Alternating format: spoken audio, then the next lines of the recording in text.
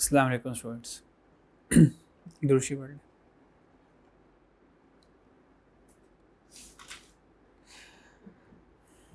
अच्छा जी, लास्ट हम लोगों ने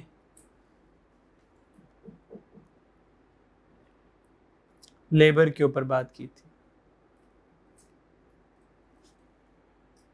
विजिबल है ये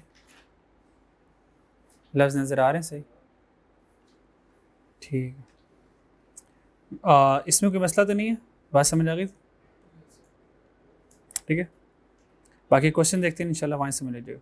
और अगर टेम्प्रेरी लेबर हो तो कोई फ़र्क नहीं पड़ेगा, सेम सेम सिनेरियो चलेगा। परमानेंट लेबर हो, टेम्प्रेरी लेबर हो तो सेम रहेगा। ठीक है, अगर if sufficient supply of labour is available, अगर सफिशेंट सप्लाई ऑफ लेबर है तो जो एक्स्ट्रा लेबर लेगी पैसे, वही हमारी रेलिवेंट कॉस्ट बन जाएगी।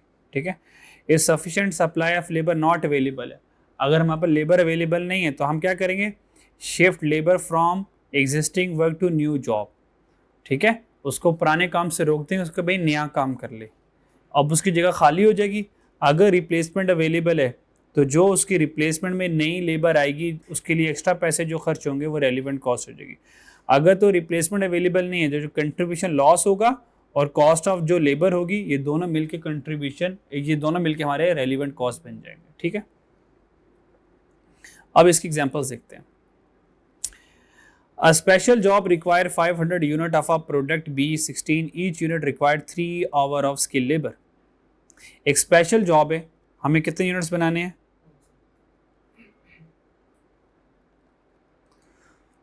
प्रोडक्ट का नाम क्या है? B16। B16 मुझे बनानी है। ईच यूनिट रिक्वायर 3 आवर, तो 500 यूनिट के लिए कितने घंटे लगेंगे? 1500।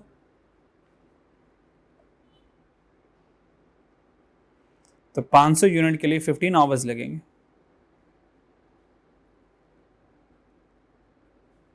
B16 बन जाएगा।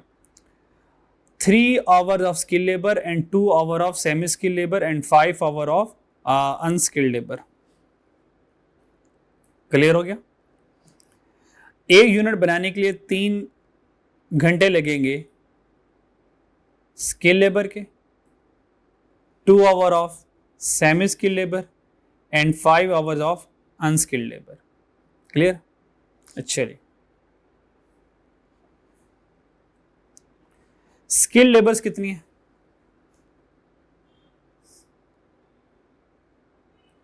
स्किल लेबर की बात कर रहे हैं। पहली कहानी अबाउट स्किल्ड लेबर।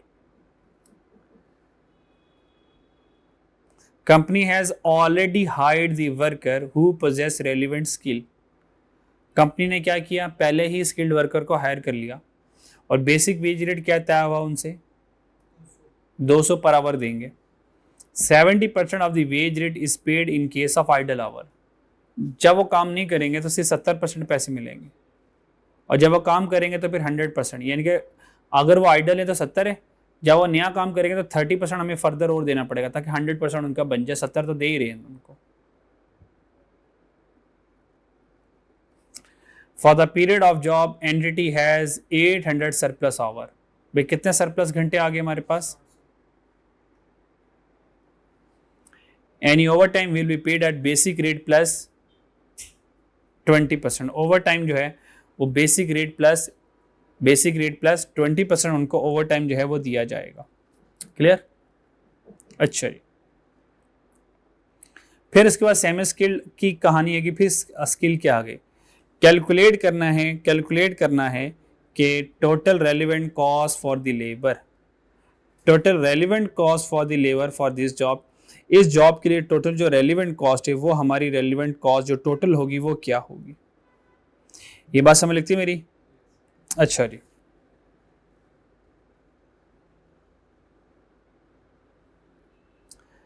सबसे पहले आ जाए स्किल लेबर की कैलकुलेशन करते हैं।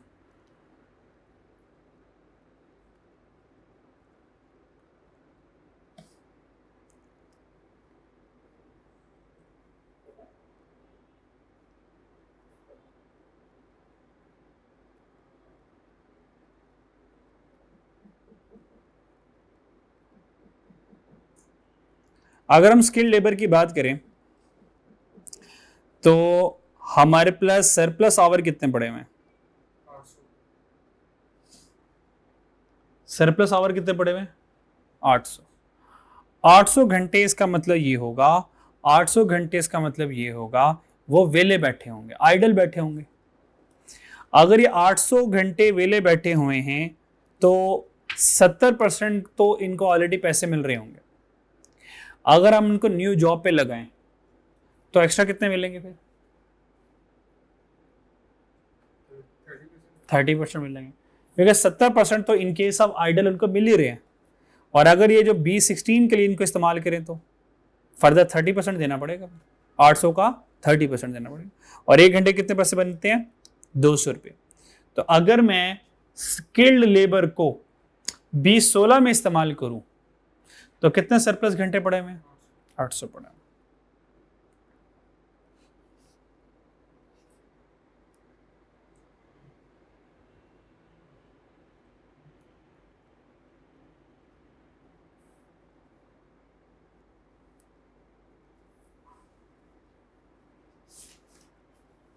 सरप्लस आवर भाई कितने सरप्लस आवर पड़े हुए?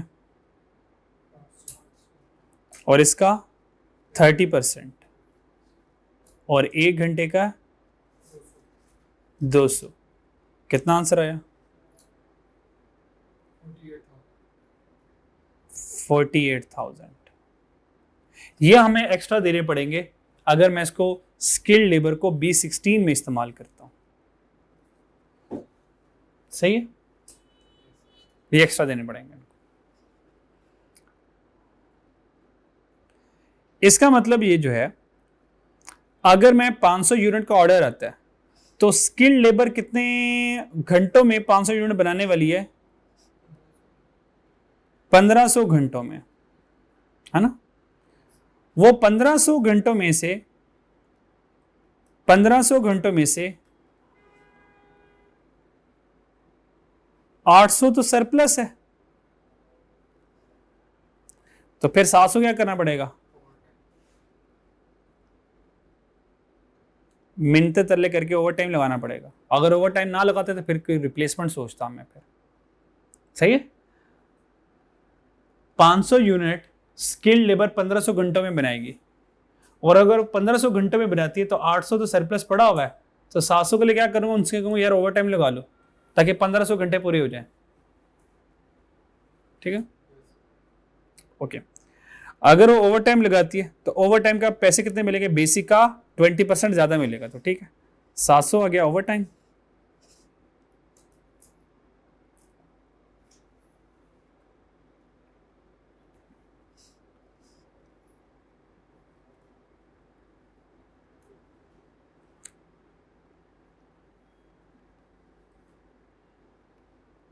जी ऐसे ही होगा। कितना बनता है? 168,000 आ जाएगा। ये 168,000, ये स्किल लेबर के हमारे पास टोटल पैसे आ जाएंगे। यहां तक कोई मसला? ठीक है, क्लियर। अब आ जाओ सेमी स्किल लेबर।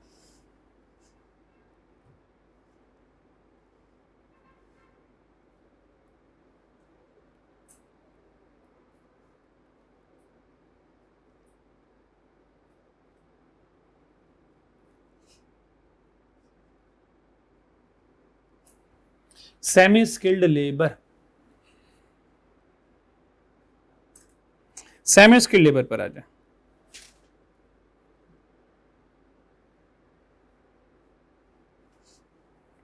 जनाब सेमी स्किल लेबर कितने घंटे काम करेगी? अगर मैं 500 यूनिट पे लगाऊं तो 2 hour of semi skill labour, 2 घंटों में 1 यूनिट बनेगा, तो 500 यूनिट कितने देर में बनेंगे? 1000 घंटे। सेमी स्किल लेबर से काम करवाऊंगा तो 1000 घंटे में करेगी। अब पढ़ते हैं सेमी स्किल लेबर के साथ क्या सलूक होता है। A semi skill labor, a person possess relevant skill in currently engaged in producing another product B25। Semi skill labour क्या है? A person possessing relevant skill is currently engaged in producing another product B25। ये जो semi skill labour वाले थे ये इस वक्त B25 के ऊपर काम कर रहे थे। ये बात समझ आ रही? ये रेलिवेंट स्किल की एग्जिस्टिंग वर्क है, रेलिवेंट स्किल लेबर का ये एग्जिस्टिंग काम है कि they are currently engage in B25, वो B25 को बनाने में मसरूफ है। Relevant information of each unit of B25 as follows. So ये sale, material, labour, variable, fix ये आ गया। तो आपको पता है मैं प्रॉफिट नहीं लूंगा, कंट्रीब्यूशन लूंगा। अगर मैं सेमी स्किल लेबर को कहता हूँ भाई अब ये B25 छोड़ो, B16 बनाओ, आज जरा B16 बनाते हैं, तो B16 पर अगर वो लगाएंगे तो वो सेमी स्किल लेबर जो B25 से कंट्रीब्यूशन कमाएगा वो कंट्रीब्यूशन लॉस करना पड़ेगा उसको, ऐसी है, क्योंकि उनको एग्जिस्टिंग काम से रोक रहा हूं। ठीक है, तो कंट्रीब्यूशन जो है यहां से हमारा कितना सेक्रीफाइस होगा, कंट्रीब्यूशन यहां से हमारा कितना आएगा वो मुझे यहां से कैलकुलेट करना पड़ेगा। मेरी बात समझ आ रही है?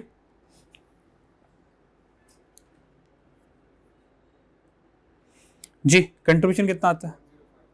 105। सेल आ गया, मटेरियल, लेबर, वेरिएबल ओवरहेड, बस यहां तक कितना आया? 105। सो 105 ये आ गया कंट्रीब्यूशन।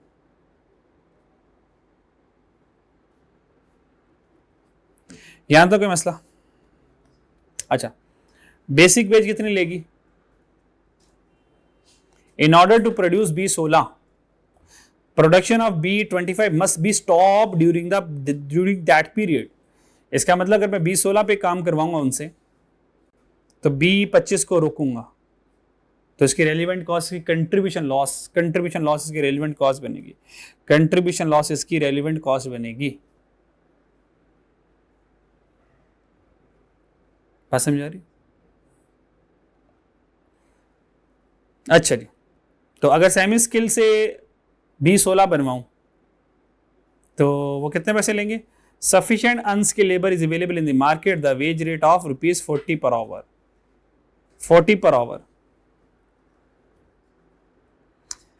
ओ सॉरी, ये कहाँ चला गया मैं? अच्छा, वो साथ साथ इतना महंगा ये भी है, ये तो अनस्किल्ड की कहानी है ना, इसको छोड़ेंगे। अच्छा, स्किल्ड वाले कितने पैसे ले रहे हैं जरा? स्किल्ड वाले कितने ले रहे हैं? 180 तो नहीं ले रहे। स्किल्ड वाले, सॉरी, सेमी स्किल्ड वाले कितने पैसे ले रहे हैं?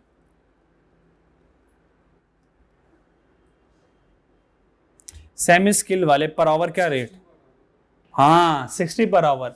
भाई ये जो 180 पर यूनिट है, ये 180 क्या है? ये क्या लिखा हुआ? ईच यूनिट है।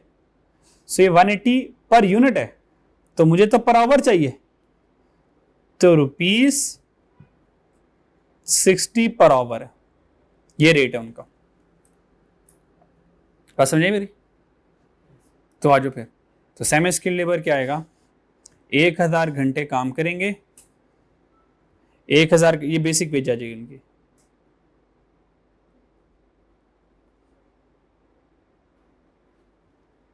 बेसिक वेज आ जाएगी। 1000 घंटे काम करेंगे और 1 घंटे के 60 रुपये लेंगे। सो आंसर कितना आ जाएगा मेरे पास? 60,000। ठीक है, और साथ साथ जब मैं ये करूंगा तो फिर मेरे कंट्रीब्यूशन लॉस आएगा,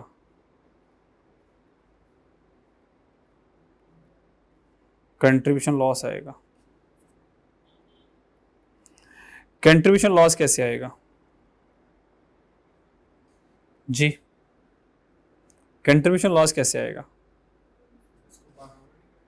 जी भाई? तो आपको क्या लगता है करेंगे? आओ, 105 डिवाइडेड बाई 3 करूंगा, 105 डिवाइड बाई 3 करूंगा, तो क्या आंसर आएगा? ₹35 पर आवर, क्योंकि 105 तो कंट्रीब्यूशन पर यूनिट है, 105 पर यूनिट है, तो 105 डिवाइड बाई 3 करेंगे, सो ₹35 पर आवर आएगा, तो ये कंट्रीब्यूशन लॉस आएगा मेरे पास 35। तो 1000 मल्टीप्लाई बाय 35, सो 35,000 यहां से आ जाएगा। डन। लास्ट में आ गया अनस्किल्ड।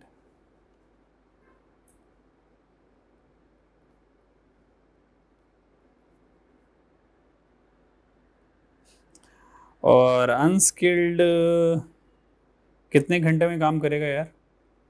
5 घंटों में। अनस्किल्ड कितने घंटे में काम करेगा? 5 आवर अनस्किल्ड। तो आंसर कितना आएगा?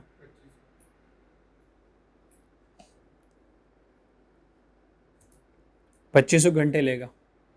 और अनस्किल्ड मार्केट में कितने का मिलता है? 40 का। तो 2500 × 40 खत्म।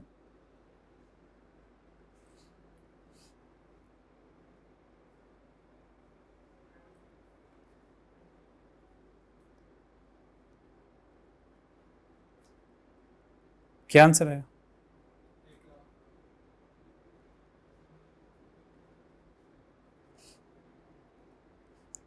सारों को ऐड करके टोटल लेबर कॉस्ट आ गई।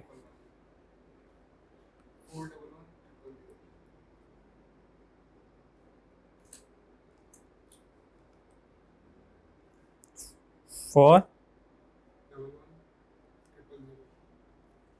ये आंसर आ गया आपके पास।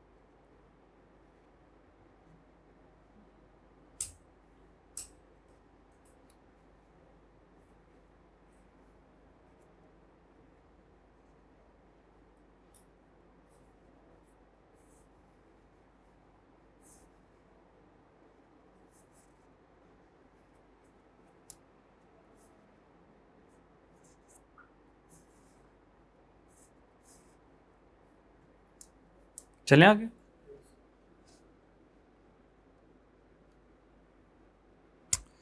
चलें जी, relevant cost of labour complete हुआ। अब आज 2 पास पेपर करते हैं।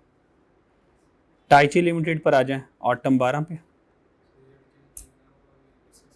क्या? अर्जेंटीना वाला कर लेंगे और मुश्किल नहीं है, देखा ज़रा।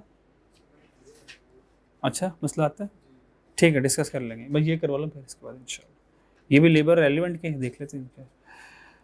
अच्छा जी, अभी जो जो पढ़ा ज़रा उससे रेलिवेंट ज़रा पास पेपर देख लें ज़रा, ठीक है।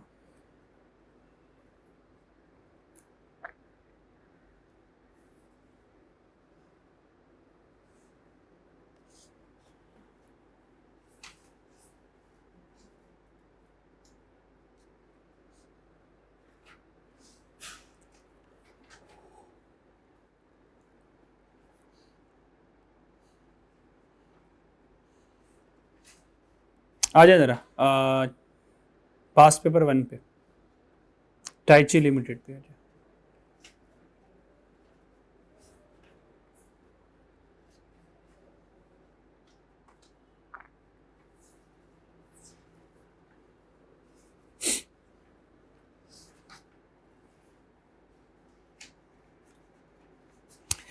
एक एक अच्छा, रेलिवेंट कॉस्टिंग में देख लें बच्चों, सुन लो। मटेरियल की रेलिवेंट कॉस्टिंग अलग होती है, लेबर की अलग होती है, वेरिएबल की अलग होती है, ऐसी है। अब रेलिवेंट कॉस्टिंग का पूरा सवाल चेक करो कितना है, कितने पॉइंट है? 5 है। कितने पॉइंट है? 5 पॉइंट है ना, 5 पॉइंट है। अगर मैं आपको सिर्फ सारे पॉइंट छुपाकर सिर्फ पहले 2 पॉइंट दे दूं और ये सिर्फ मटेरियल का है, क्या आप सोच लोगे इसको आराम से? मतलब मान लो ये पूरा सवाल है आपके पास, कितने पॉइंट है इसमें? 5 पॉइंट। अगर मैं ऐसा करूं आपको, बल्कि आपको ना बताता, मैं आपको अगर ना बताता, ये पॉइंट था मटेरियल के रेलिवेंट का,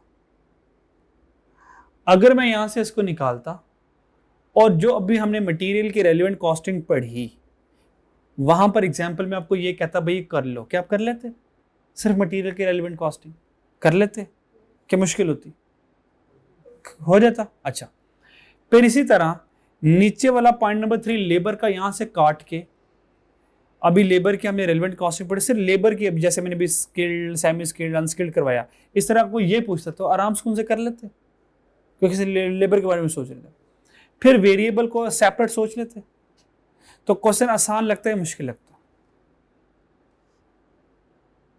अगर मैं इन सारों को आपको ब्रेकअप में करवाता, सिर्फ मटेरियल पहले, फिर सिर्फ लेबर पहले, फिर वेरिएबल ओवरहेड पहले, सेपरेट सेपरेट करवाता, क्या अलग अलग जब आप सोचते आपको सवाल वो वाला टुकड़ा, सिर्फ मटेरियल का टुकड़ा, लेबर का टुकड़ा, वेरिएबल ओवरहेड, आसान लगता है मुश्किल लगता? आसान है, बहुत आसान,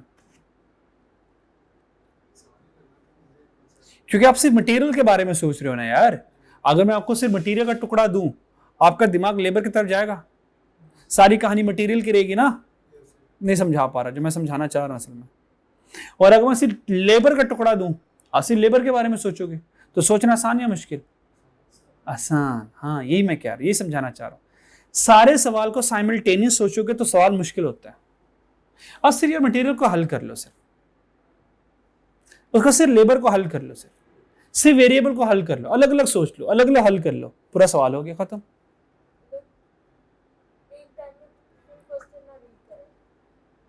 ना करें रेलिवेंट कॉस्टिंग, टुकड़ा टुकड़ा सॉल्व करें, क्योंकि रेलिवेंट कॉस्टिंग में मटेरियल की कहानी यहाँ पे, नीचे मटेरियल की कहानी, नीचे लेबर की कहानी है, तो नीचे लेबर आएगा, ये मटेरियल का टुकड़ा इतना ही है। बात समझी?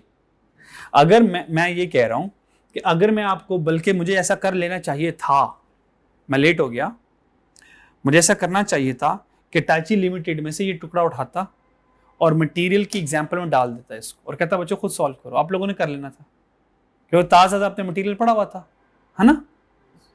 फिर ये वाला टुकड़ा यहां से उठाता लेबर का, और अभी हमने लेबर की रेलेवेंट कॉस्टिंग पूछी, आपसे पूछा भाई ये सॉल्व करो, आप लोगों ने खुद ही कर लेना था।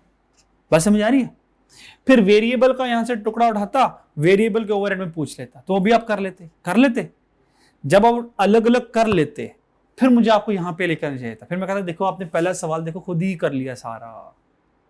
अब मैं सारे टुकड़ों को यहाँ पे रखूं, टुकड़ा नंबर 1 मटेरियल, टुकड़ा नंबर 2 लेबर, टुकड़ा नंबर 3 वेरिएबल ओवरहेड, तो देखो पूरा सवाल जोड़ नहीं गया, पूरा सवाल हो गया। बात समझ आ रही है? तो पूरे सवाल को इकट्ठा पढ़ना मुश्किल होता है, इकट्ठा चलाना मुश्किल है, टुकड़ों में चलाओ। बात समझ आई मेरी? चलो जी, अब मटेरियल है, ये मटेरियल की कहानी है। आपके पास 3 मिनट है, बताओ मटेरियल की रेलिवेंट कॉस्ट क्या आने वाली है। ज्यादा नहीं लगाना, क्योंकि मैंने 2 सवाल करवाने हैं इसमें आज।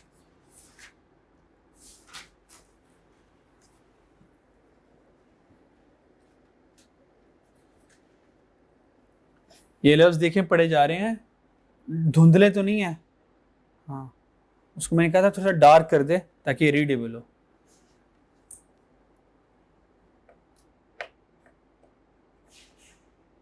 तीन मिनट से ज्यादा नहीं लगाना, फिर मैं सॉल्व करूंगा।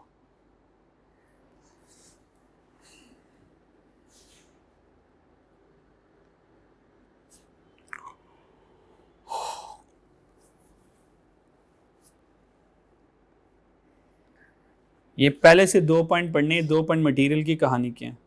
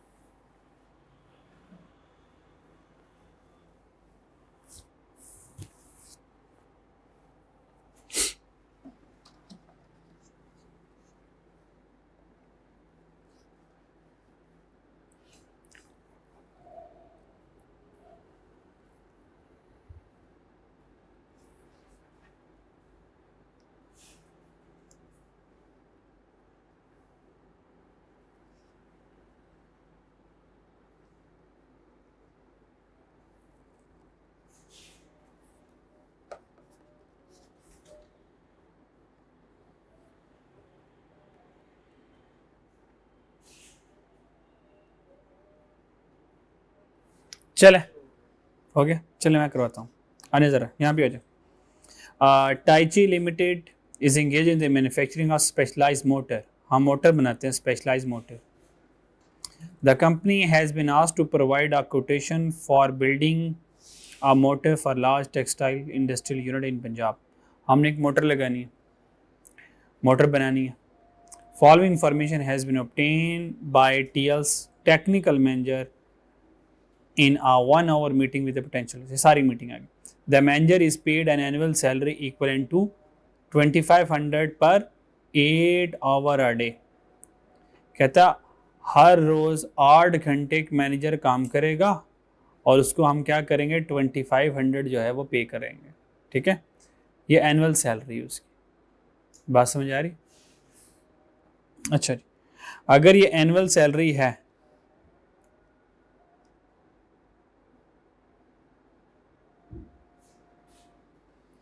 और ये जो 2500 दे रहे हैं इक्वलेंट टू जो एनुअल सैलरी हम उसको देंगे जो कि 2500 पर 8 आवर डे, इनके हर उसको 2500 रुपये मिलेंगे।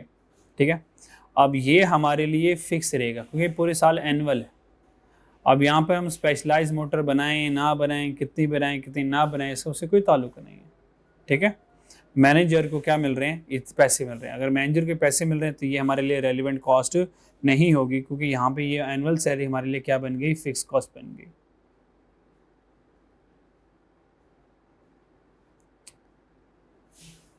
रिक्वायरमेंट पढ़ने पहले ज़रा सोचने में आसानी हो जाएगी। अब यहाँ पर मेरी बात सुने, यहाँ पर ये वो सीन नहीं हो रहा जैसे क्वीन इनकॉर्पोरेशन में हुआ था। ठीक है, कि भाई ये मैनेजर तो इस जॉब के लिए आया है, इस जॉब के लिए आया है।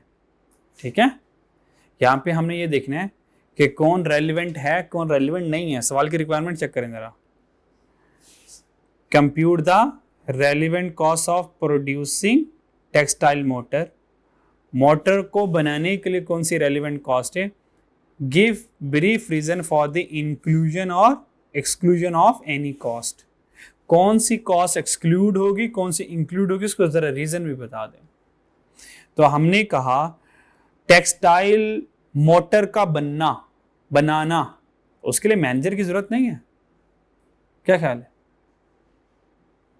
मैनेजर जो हायर किया है, कंपनी ने जो मैनेजर हायर किया है वो तो टेक्सटाइल के लिए हायर किया हुआ। ठीक है, वो मशीन बनाने के लिए नहीं है, वो हो सकता है मशीन के मामला प्रोडक्शन को देखने के लिए वो सारा कुछ होगा। तो ये फिक्स कॉस्ट होगा, ये रेलिवेंट कॉस्ट नहीं होगा। इसका प्रोडक्शन प्रोसेस से कोई ताल्लुक नहीं है, इसका एक्टिविटी से कोई ताल्लुक नहीं है, इसका मशीन के बनने या ना बनने से कोई ताल्लुक नहीं है। मैनेजर का काम करता है मशीन बनाना, या मैनेजर का मतलब बिजनेस को मैनेज करना, उसने बिजनेस को मैनेज करना है और प्रोडक्शन प्रोसेस में खुद एक्टिवली पार्टिसिपेट नहीं करता, वो मैनेज करता। हाँ भाई तुम काम कर रहे हो, सही कर रहे हो, कितना काम कर लिया बताओ, और काम कर लो, बस ये कर रहा होता है बस। ठीक है जी, आगे चले।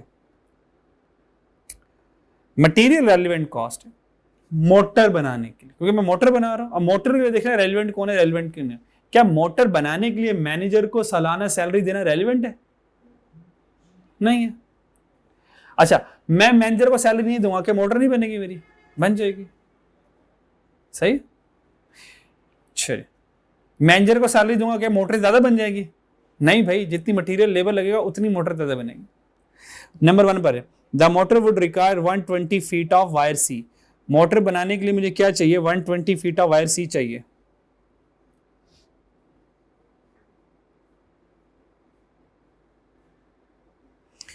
Which is regular use. Mind click कर गया, मटेरियल है, रेगुलर यूज है, सब इग्नोर मार के मार्केट प्राइस ले लो उठा के चुपचाप, सब इग्नोर मार। बाय टीएल इन प्रोडक्शन, कहता TL has 350 of wire C in inventory. हमने कहा होती रहे, इग्नोर मारो, नहीं चाहिए तुम। कॉस्ट नहीं चाहिए तुम, रीसेल वैल्यू नहीं चाहिए तुम, करंट रिप्लेसमेंट कॉस्ट हाँ तुम चाहिए हो।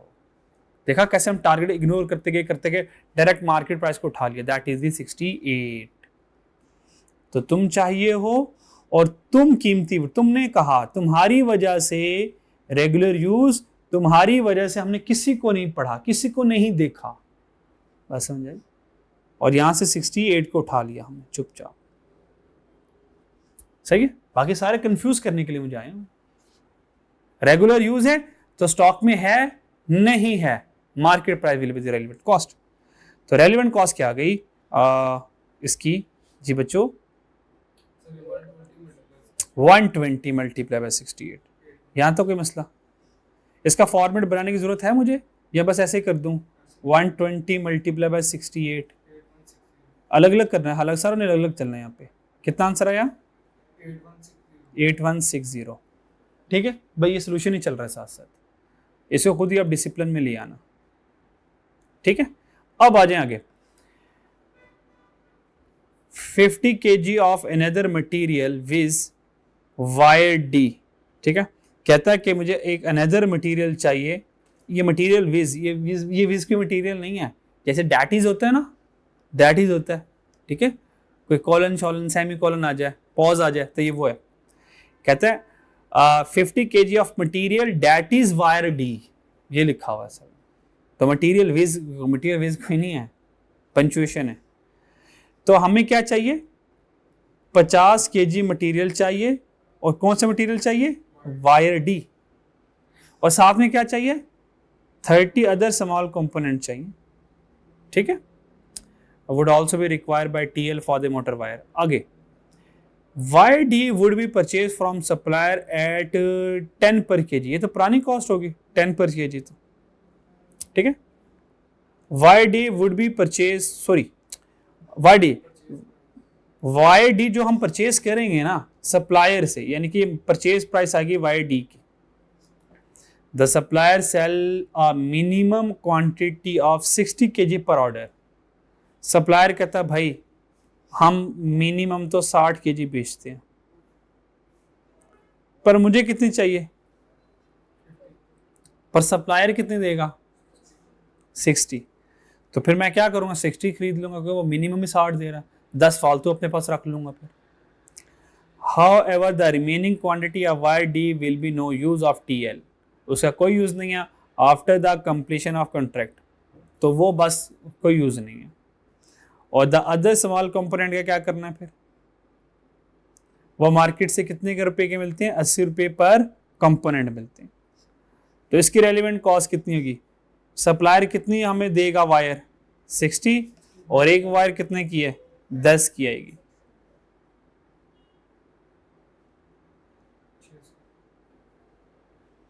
स्मॉल कंपोनेंट कितने थे और एक कितने का है?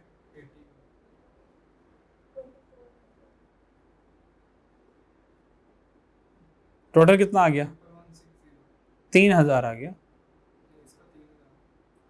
इसका 3000 आ गया।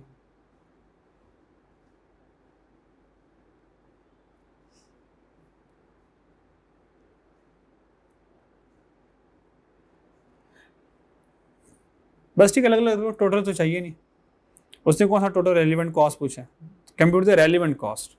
ठीक है, तो ये मटेरियल की रेलिवेंट कॉस्ट आ गई मेरे पास। डन हो गया। और फिर ये बता दोगे कि हमने 65 क्यों नहीं लिया, रीसेल क्यों नहीं लिया, ये क्यों नहीं लिया, जिसको मैंने क्रॉस लगाया। ये इंग्लिश में बता दोगे कि जुमलों में कि हमने क्यों नहीं लिया? Because it's a regular use, so we don't bother about either we have 350 in stock or not.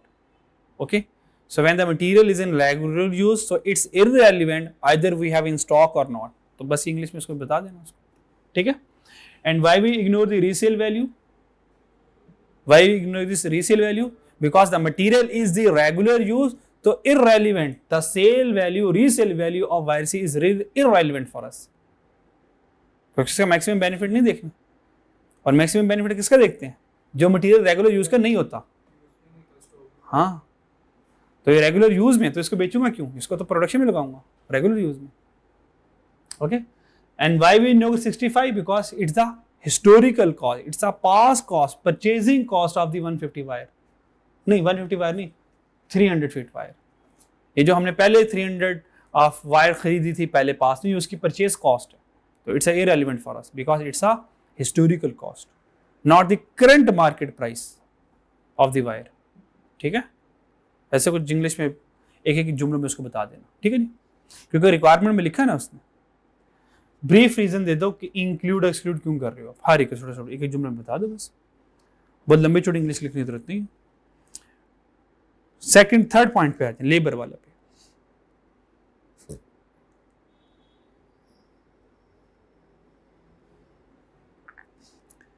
अच्छा जी,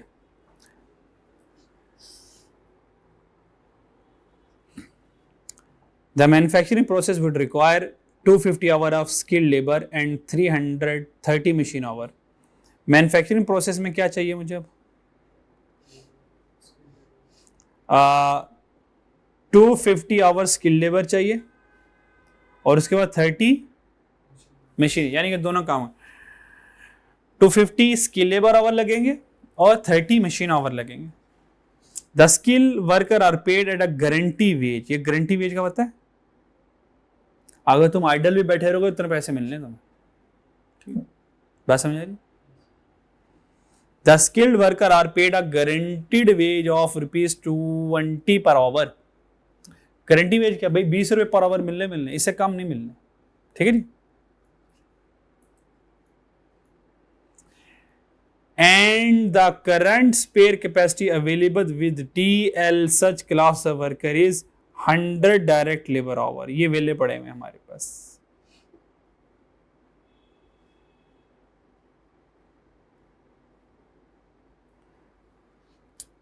तो मुझे कितने चाहिए, 250, 100 तो पड़े हैं, 100 तो पड़े हैं, तो बाकी 150 क्या करूंगा, वो फिर बाहर से ले लूंगा, वो फिर एक्स्ट्रा हायर कर लूंगा या ओवर टाइम लगवा लूंगा।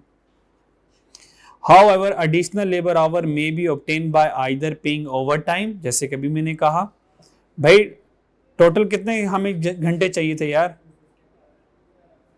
100 तो है, 250 में से 100 तो है मेरे पास, डिफरेंस कितना रह गया, 150 घंटे को क्या करूं, वो कहां से मैनेज करूं, या तो उनसे ओवरटाइम लगवा लूं, या तो उनसे ओवरटाइम लगवा लूं, या तो मार्केट से नई लेबर ले आऊं उधार पे, टेम्परेरी तौर पर टेम्परेरी लेबर ले आऊं, या हायर टेम्परेरी लेबर जिनको 21 पर आवर मुझे पे करना पड़ेगा।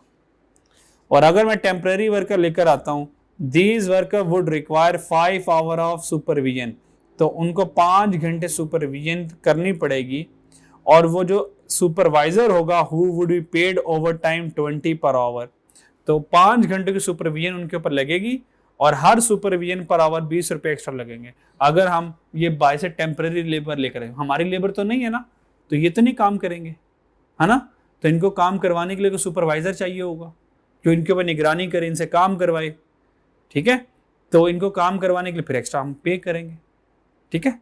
समझ आई कहानी, 2 मिनट है, बताओ इसका आंसर क्या होगा जल्दी से।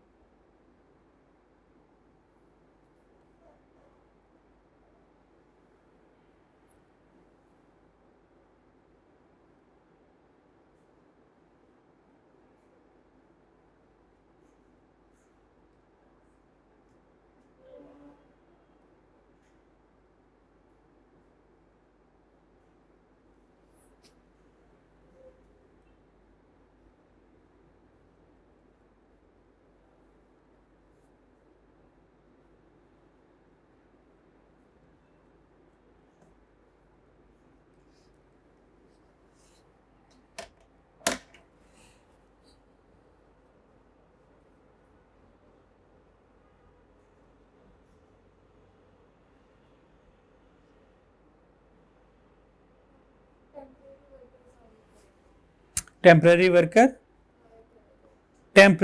हायर कर, हाँ जी, 5 घंटे की, और 1 घंटे के 20 रुपये वो लेगा, यानी कि अगर सुपरवाइजर रखेंगे तो 100 रुपया लगेगा हमारा।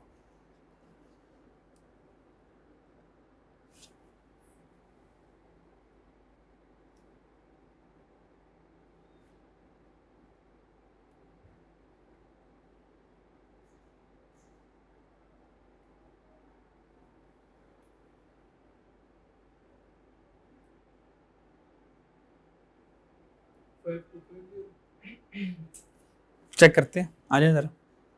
और ये हो गया बच्चों, ये पॉइंट नंबर 1 था मेरे पास, ये पॉइंट नंबर 2 आ गया, और अब पॉइंट नंबर 3 आ गया। पॉइंट नंबर 3 में आ जाए बच्चों।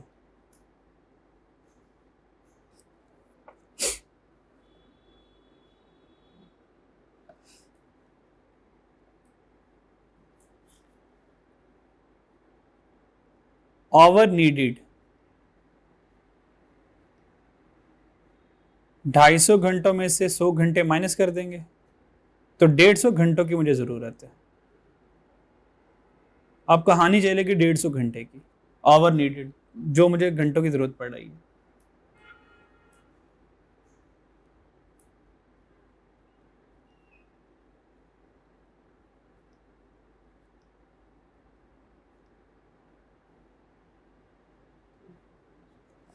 बात समझ आ रही मेरी?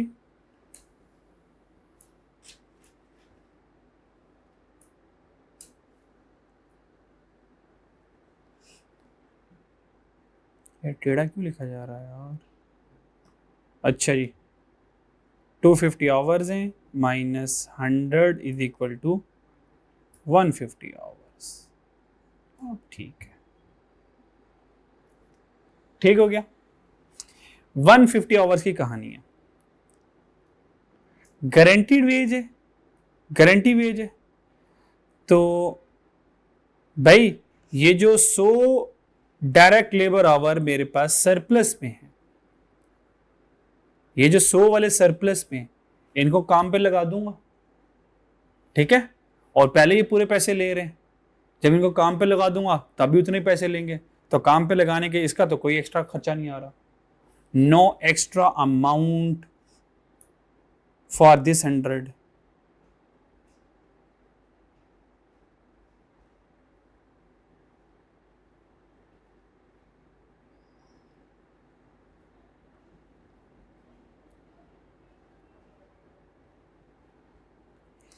इस 100 की तो कोई एक्स्ट्रा अमाउंट नहीं पे की जाएगी, क्योंकि गारंटी था, इनको तो पैसे मिलने मिलने, ये गारंटी है ना, गारंटीड वेज है, 20 रुपए पर आवर मिलने मिलने, तो मिल रहे हैं उनको, ठीक है नी। तो 100 हमारे पास स्पेयर कैपेसिटी थे, तो ये तो जब नए काम पे जाएंगे तो पहले भी 20 ले रहे थे, नए काम पे जाएंगे तब भी 20 लेंगे, तो इस 100 का तो कुछ नहीं होगा, ये रेलिवेंट कॉस्ट नहीं आएगी। अब बात करते हैं 150 जो हमें मैनेज करने पड़ेंगे। अब 150 के लिए 2 मसले आ गए। अब आ जाए 140 150 आवर। अब 150 आवर में हमारे पास 2 केसेस आ गए। पहला वाला क्या था केस? Over time. अगर हम ओवर टाइम लगवाएं 150 घंटे का, तो 1 घंटे कितने पैसे दे रहे हैं उनको? 23। तो कितने पैसे देंगे उनको? 3450 पैसे देंगे। और अगर हम टेम्पररी हायर कर लें, अगर हम टेम्पररी हायरिंग कर लें तो कैसे करेंगे?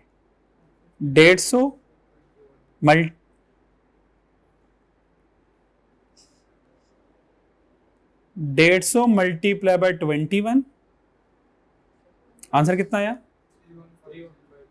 3150। और 5 घंटे सुपरवाइजर लेगा, कितना आंसर आया? 100 आ गया। टोटल इसका कितना टोटल किया तो 3250 आ गया। तो टोटल किया तो हमने आया 3250, और यहां से हमें पड़ा 3450। तो इन दोनों में से सस्ता कौन पड़ा? कौन सस्ता पड़ा? ये सस्ता पड़ा। तो ये हायर करूँगा। So this is my relevant cost, तो ये मेरी रेलिवेंट कॉस्ट होगी। वो महंगा पड़े सस्ता पड़े, तो ये मेरी रेलिवेंट कॉस्ट होगी। तीसरे वाले पॉइंट में समझ लगती है मेरी बात?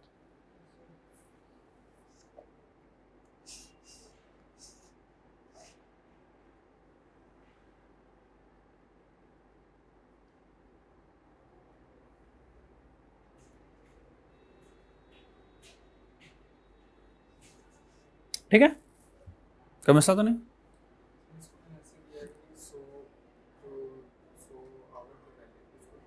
गलत किया ना, 100 का तो कुछ नहीं करना था, यही तो सबसे पहली गलती की है। 100 को 20 से मल्टीप्लाई करवाना है, क्योंकि गारंटी मैंने लिखा है, गारंटी था कि जो 100 सरप्लस पड़ा हुआ है इनको गारंटी है कि 20 रुपए मिल रहे हैं। जब मैं इनको काम पे लगाऊंगा तभी 20 रुपए इनको मिलने हैं, काम पे ना हो तभी 20 में मिलने हैं। तो क्या न्यू जॉब पर आने से क्या कोई एक्स्ट्रा खर्चा हुआ है? तो ये तो रेलिवेंट कॉस्ट नहीं है, रेलिवेंट कॉस्ट नहीं। हाँ, न्यू जॉब पर आने से 1500 घंटे एक्स्ट्रा लगने, उन 15 घंटे को कैसे एक्स्ट्रा रखना है? या तो उन्हीं 100 वालों से ओवर टाइम लगाऊंगा तो ओवर टाइम पे इतने पैसे एक्स्ट्रा दूंगा, अगर उनसे काम नहीं करवाऊंगा तो बाहर से वर्कर ले आऊंगा, उनको इतने पैसे दूंगा, तो बाहर वाले सस्ते पड़े। 100 को तो इग्नोर मारना था,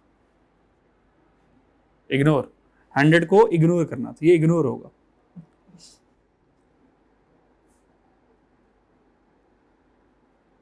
इग्नोर दिस, इसको तो इग्नोर करना। पॉइंट नंबर 3 डन बच्चों। पॉइंट नंबर 4 पे आ जाए। पॉइंट नंबर 4 कौन सा मेरा? वेरिएबल ओवरहेड मैंने पढ़ाया ही नहीं है, पर अब इतनी सेंस तो आपको आ गई होगी कि वेरिएबल ओवरहेड क्या करना है। पॉइंट नंबर 4 पर आ जाए। The machine on which motor would be manufactured was lease by TL last year. ओहो, कहानी चेक करें उसकी जरा। कहता है जिस मशीन के ऊपर मोटर मैन्युफैक्चर होनी है वो हमने लास्ट ईयर लीज पे ले ली थी और उसका मंथली रेंट जो है वो 5,000 जा रहा था। ये तो हिस्टोरिकल कॉस्ट, ये तो पुरानी कॉस्ट नहीं है, ये तो हमारी कॉस्ट नहीं है, ये तो हमारे कॉन्ट्रैक्ट से पहले लीज पे ली थी। याद है हमने रेलिवेंट कॉस्ट नॉन रेलिवेंट की थ्योरी में पढ़ा था ये, कि अगर आपने न्यू प्रोजेक्ट से पहले कोई लीज में एग्रीमेंट किया हुआ है और वो 5 साल 10 साल तक लीज एग्रीमेंट चलना है तो वो चलता रहे, उस लीज एग्रीमेंट का नए प्रोजेक्ट से कोई लेना देना नहीं है।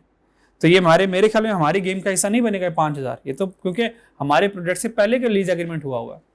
सो 5,000 का कुछ करूंगा नहीं करूंगा, और ये 5,000 क्या बनेगा हमारा? कमिटेड कॉस्ट बन जाएगा। Well done, well done. Theory में हमने पढ़ा था रेलिवेंट कॉस्ट में, that is this one, irrelevant cost, committed cost।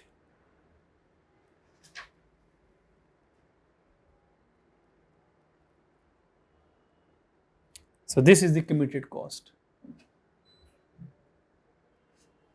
Contractual rental or lease payment for building acquired 2 years ago, हमारे साल 1 year ago था। Lease normally represent committed cost for the full term of the lease। It is extremely difficult to terminate lease agreement। कहता है कि new project की वजह से हम ये एग्रीमेंट टर्मिनेट नहीं कर सकते। तो ये जो कॉस्ट होगी that is the unavoidable cost, क्योंकि कमिटेड कॉस्ट अनअवॉइडेबल कॉस्ट होती है। ठीक है, सो दैट्स व्हाई ये जो हमने एनुअली रेंटल देना, so that's why it's the irrelevant cost, unavoidable cost. So ये मेरे पास क्या हो जाएगा? 5,000 इज माई, बोलो बच्चों, irrelevant cost। So this is my committed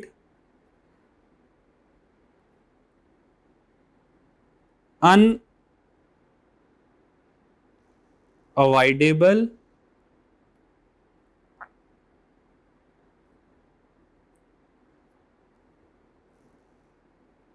cost।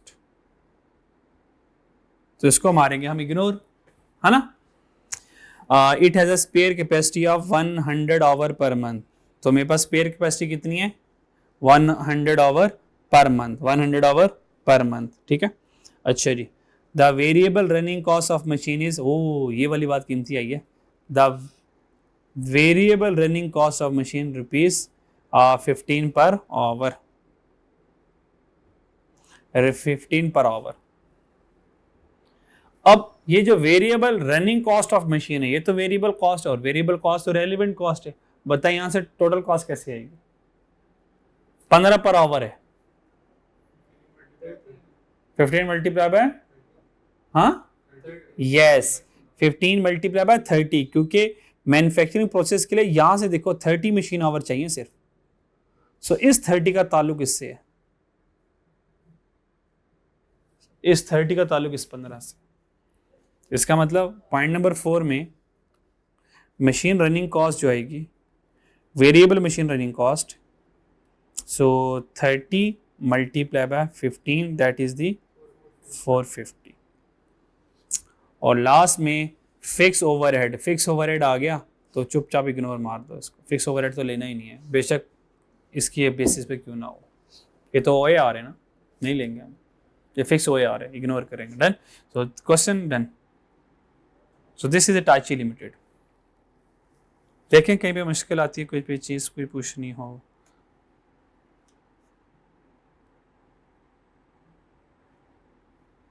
तो ये हमारे पास सारा क्वेश्चन आ गया, और फिर ये उसका हमने आंसर बना लिया, ये आंसर बना लिया हमने उसका।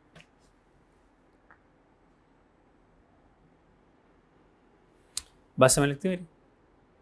तो मसला नहीं, नेक्स्ट क्वेश्चन पे आ जाए, सारा कंप्लीट। नेक्स्ट क्वेश्चन स्टार्ट कर लेते हैं, कंप्लीट नहीं होगा इस क्लास में, टाइम इतना नहीं है, लेकिन स्टार्ट कर लेते हैं। ग्लोबल प्राइवेट लिमिटेड पे आ जाए,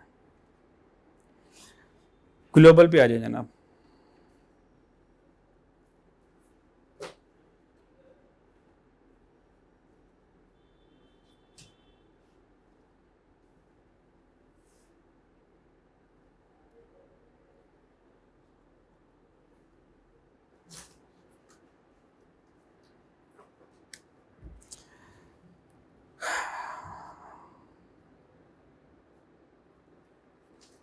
स्टार्ट करें।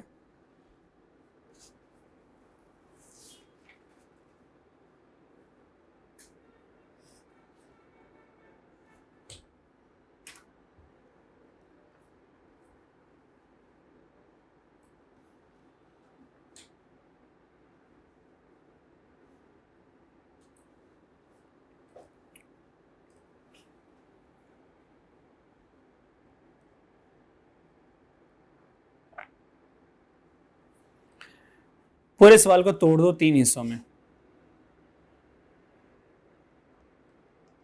ये मटेरियल के लिए कैलकुलेशन आ जाएगी,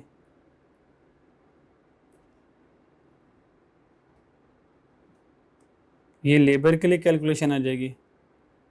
रेलिवेंट कॉस्ट को आपने तोड़ तोड़ के करना है, हर एक पार्ट अलग अलग करना है, बस वही आपके आंसर होंगे। और फिर ओवरहेड वाला हमारा ऐसा आ जाएगा और सवाल खत्म हो जाएगा। रिक्वायरमेंट पढ़ लें पहले। Compute the bid price that GPL should quote if it want to earn profit based on relevant cost only. So relevant costing principle के according सोचना,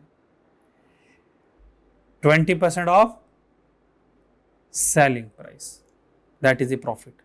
तो प्रॉफिट 20% ऑफ सेलिंग प्राइस, तो मुझे प्राइस चाहिए, ठीक है।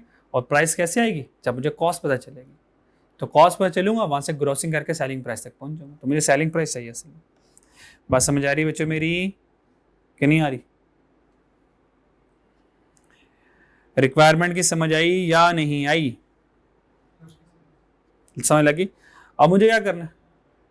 मुझे रेलिवेंट कॉस्ट ऑफ मटेरियल चाहिए, फिर क्या चाहिए? लेबर चाहिए, और फिर हमें वेरिएबल ओवरहेड चाहिए। तो इसका मतलब बिड प्राइस का मतलब क्या है? बिड प्राइस का मतलब क्या है? यस, तो जब भी प्राइसिंग का वर्ड आ जाए नॉर्मली सेल प्राइस ही होगा। सो सेल प्राइस कैसे आएगी? Relevant cost plus profit. खैर इस इक्वेशन से तो नहीं आएगी, रेलिवेंट कॉस्ट आएगी, फिर ग्रॉसिंग करके प्रॉफिट तक ले जाएंगे, ठीक है। तो 20% ऑफ सेलिंग प्राइस है, तो इसका मतलब सीन कुछ ये होगा, सेलिंग प्राइस 100 पे है और रेलिवेंट कॉस्ट फिर 80 पे होगा, है ना। और क्योंकि प्रॉफिट ने यहाँ से निकल जाना है 20 पे, ठीक है, तो जो भी कॉस्ट आएगी वो 80% पर होगी, उसको क्या करूंगा 80 से डिवाइड करूंगा, 100 से मल्टीप्लाई करूंगा तो सेलिंग प्राइस पे डायरेक्ट निकल जाऊंगा। तो यानी कि सेल प्राइस मेरे पास, ये सेल प्राइस मेरे पास आएगी रेलिवेंट कॉस्ट का 80 इंटू 100 से, ये मेरा आंसर होगा फाइनल। ठीक होगा, ठीक हो गया, ठीक है जी। आ जाए जरा ग्लोबल वाले पे आ जाए। अभी 10 मिनट हैं, जितना हो गया, बाकी कोशिश कीजिएगा घर से कर लीजिएगा, ठीक है। Global private limited is in process of preparing bid document for a special order of 5000 unit. भाई कितने यूनिट्स का ऑर्डर आया?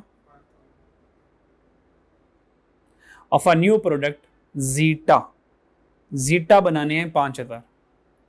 In this respect, GPL technical department has worked out the following projection information. The order would be completed in 15 days. जब इस तरह की dates वगैरह आ जाएं तो अंडरलाइन करके रखा करें।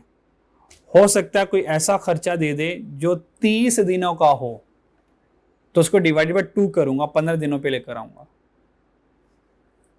नहीं समझ आ रही बात? हो सकता है ना, हो सकता है।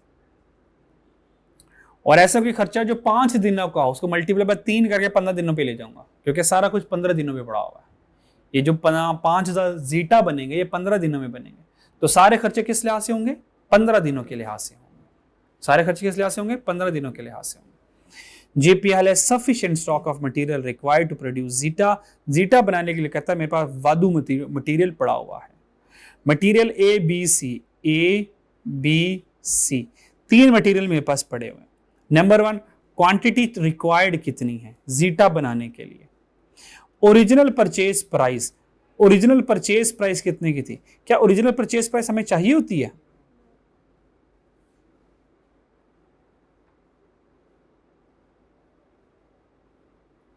इसको तो क्रॉस करो यार, तंग कर रही है हमें, चाहिए नहीं है हमें तो ओरिजिनल परचेज प्राइस तो चाहिए नहीं, इसको तो क्रॉस करो, चुप चुप के परे मारो, ठीक है नहीं? हाँ, करंट परचेज प्राइस और डिस्पोजल दोनों चाहिए होती हैं हमें, ठीक हो गया। मटेरियल ए पे आ जाए। मटेरियल ए के बारे में देखते हैं क्या कहता है। Material A is used by GPL in many product and therefore sufficient stock is maintain. इस जुमले को पढ़ के क्या लगता है कि रेगुलर यूज है या नहीं है? क्योंकि नहीं लिखा रेगुलर यूज, हर बार वो नहीं लिखेगा रेगुलर यूज, रेगुलर तो बच्चा पहचान जाएगा फिर तो, है ना।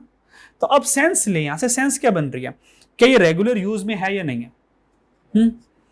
मैनी प्रोडक्ट ये शो कर रहा है रेगुलर यूज है।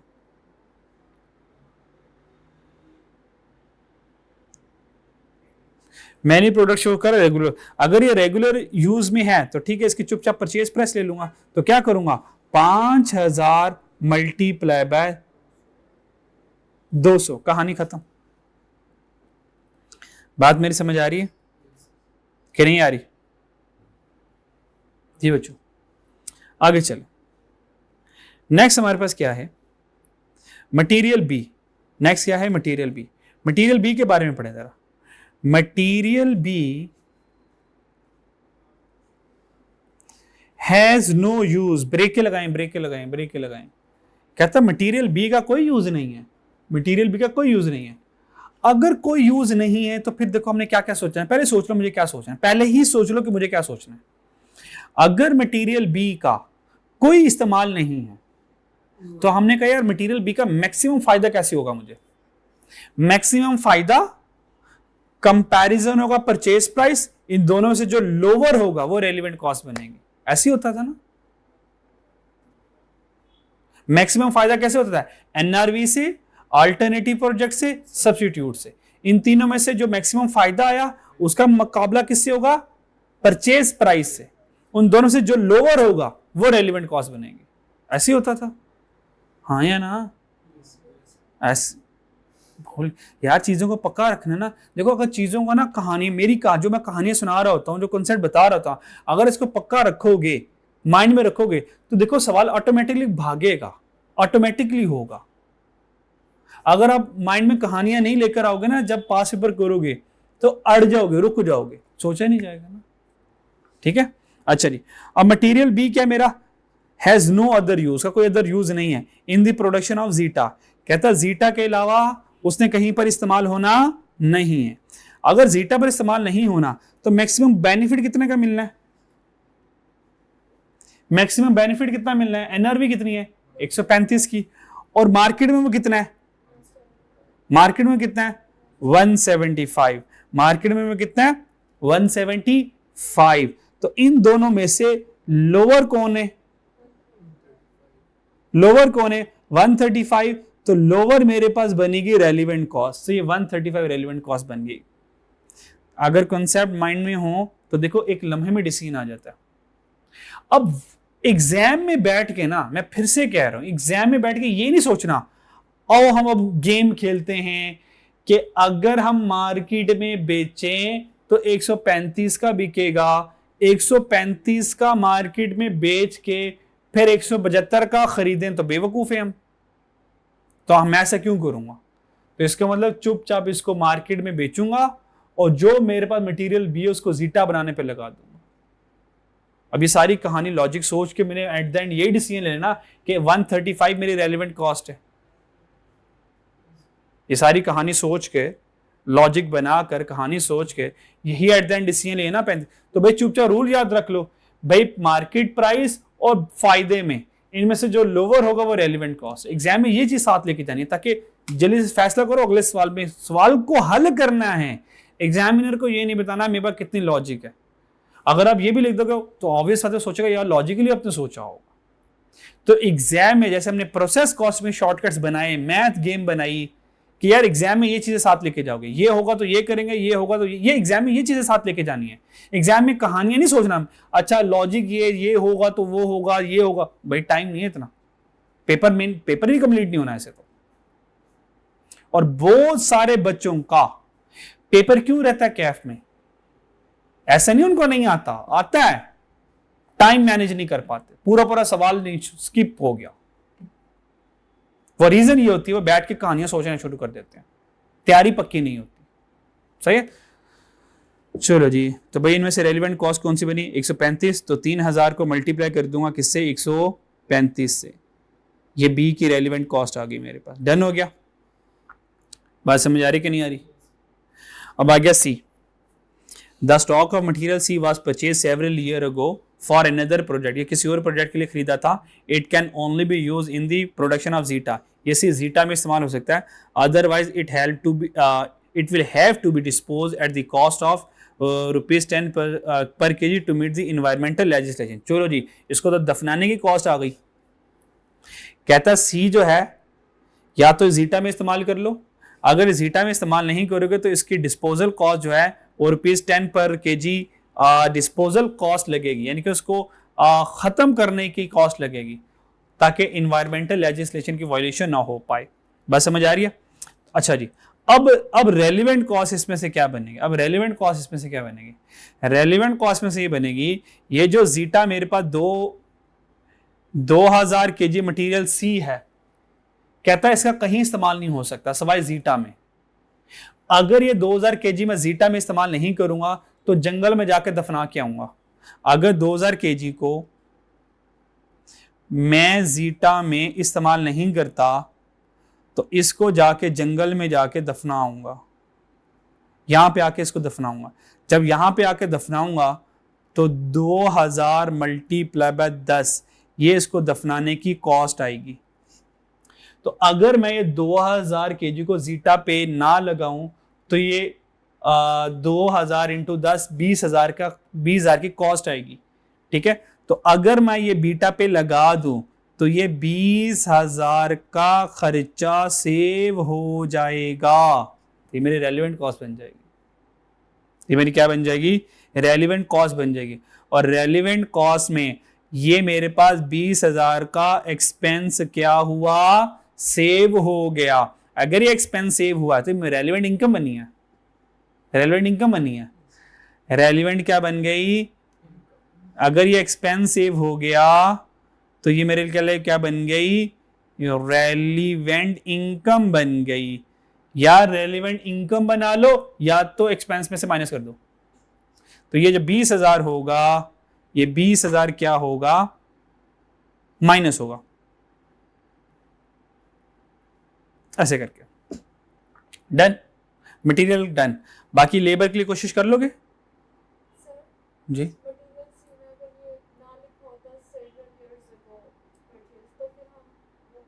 सेवरल ईयर अगो ना भी लिखा होता तो कोई फर्क नहीं पड़ता। ये लिखा था स्टॉक ऑफ मटेरियल सी, मेरे पास मटेरियल सी का स्टॉक है, ये ना भी लिखा होता, मान लो मैं कहता हूं ये ना लिखा होता, जब ये वर्ड लिखा होता द स्टॉक ऑफ मटेरियल सी, इसका मतलब मटेरियल सी का स्टॉक है, it can only be use in production of zeta, इसका मतलब ये सिर्फ जीटा में ही इस्तेमाल हो सकता है। तो तभी मेरी डिसीजन यही होता, सेवरल ईयर अगो खरीदा हो, 2 महीने पहले खरीदा हो। पर मसला ये है यहाँ पे ना जुमला फिट नहीं बैठेगा फिर। हाँ, जब मैंने जीटा में इस्तेमाल किया तो ये 20,000 का खर्चा बच गया ना, ये बच गया ना, मेरा ये खर्चा बचा है, तो लिखा हुआ मैंने एक्सपेंस सेव्ड है, तो ये मेरे रेलिवेंट इनकम बन गई।